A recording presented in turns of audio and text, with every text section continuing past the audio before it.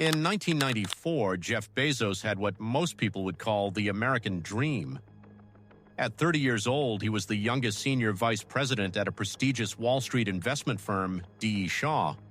He had a six-figure salary, a brilliant career path, and the respect of his peers. But one afternoon, while surfing the early clunky version of the internet, he stumbled upon a statistic that changed his life forever. The World Wide Web was growing at a staggering rate of 2,300% per year. Most people saw a toy. Jeff saw a goldmine. He went to his boss and told him he wanted to start an online bookstore. His boss took him for a long walk in Central Park and said, "Jeff, this sounds like a great idea for someone who doesn't already have a good job." Jeff faced a choice: keep the $1 million safety net or jump into the dark.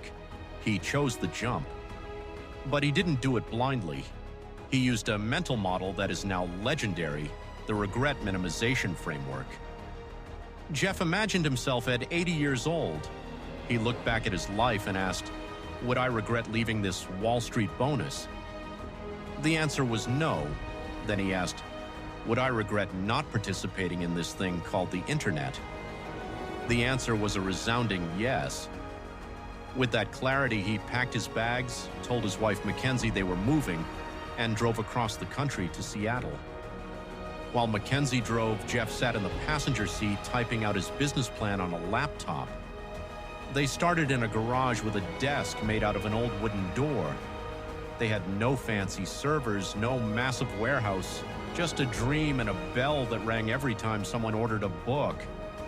In the beginning, that bell was the most exciting sound in the world, but soon it was ringing so often they had to turn it off because it was driving them crazy. By 1997, Amazon went public. Jeff was a millionaire on paper, but the world was skeptical. Then came the year 2000. The dot-com bubble burst. Hundreds of internet companies vanished overnight. Amazon's stock price plummeted from $100 to just $6. Critics were ruthless. Amazon.toast was the headline on every financial magazine. Investors were screaming for profits, but Jeff did something that infuriated them. He ignored the stock market. He told his employees, "When the stock is up 30% in a month, don't feel 30% smarter. Because when the stock is down 30%, you won't feel 30% dumber." He doubled down on customer obsession. While other companies spent millions on TV commercials to stay alive, Jeff spent that money on free shipping and lower prices. He knew that in the long run, the only thing that mattered was the trust of the person clicking the Buy Now button. As Amazon grew, they realized they had a massive problem. Their internal computer systems were a mess. To solve it, they built a highly organized modular infrastructure so their developers could work faster. Then Jeff had a crazy idea. Why not rent this infrastructure to other companies? This was the birth of Amazon Web Services, or AWS. At the time, Wall Street laughed again. "Why is a bookstore trying to sell cloud computing?" they asked. But today, AWS is the silent backbone of the modern world. It powers Netflix, NASA, Pinterest, and even the CIA.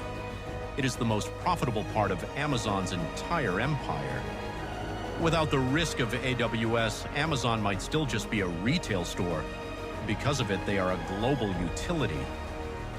So how did a man go from a garage to owning the Washington Post, a rocket company, and the world's largest store? It's all found in his Day One philosophy.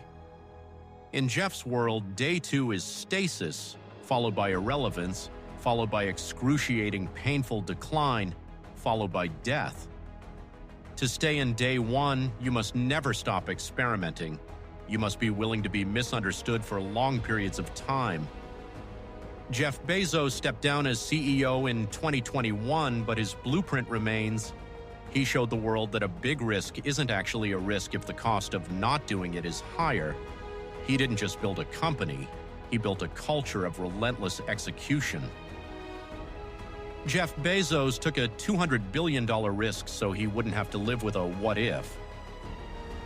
Most of us are waiting for the perfect moment to start. But the lesson of Amazon is that the perfect moment is always day one. What is the risk you are too afraid to take today? Let us know in the comments below. If you found value in this documentary, hit the like button and subscribe to Success Hub for more deep dives into the minds that built the world. Your journey to the top starts here. It's still day one.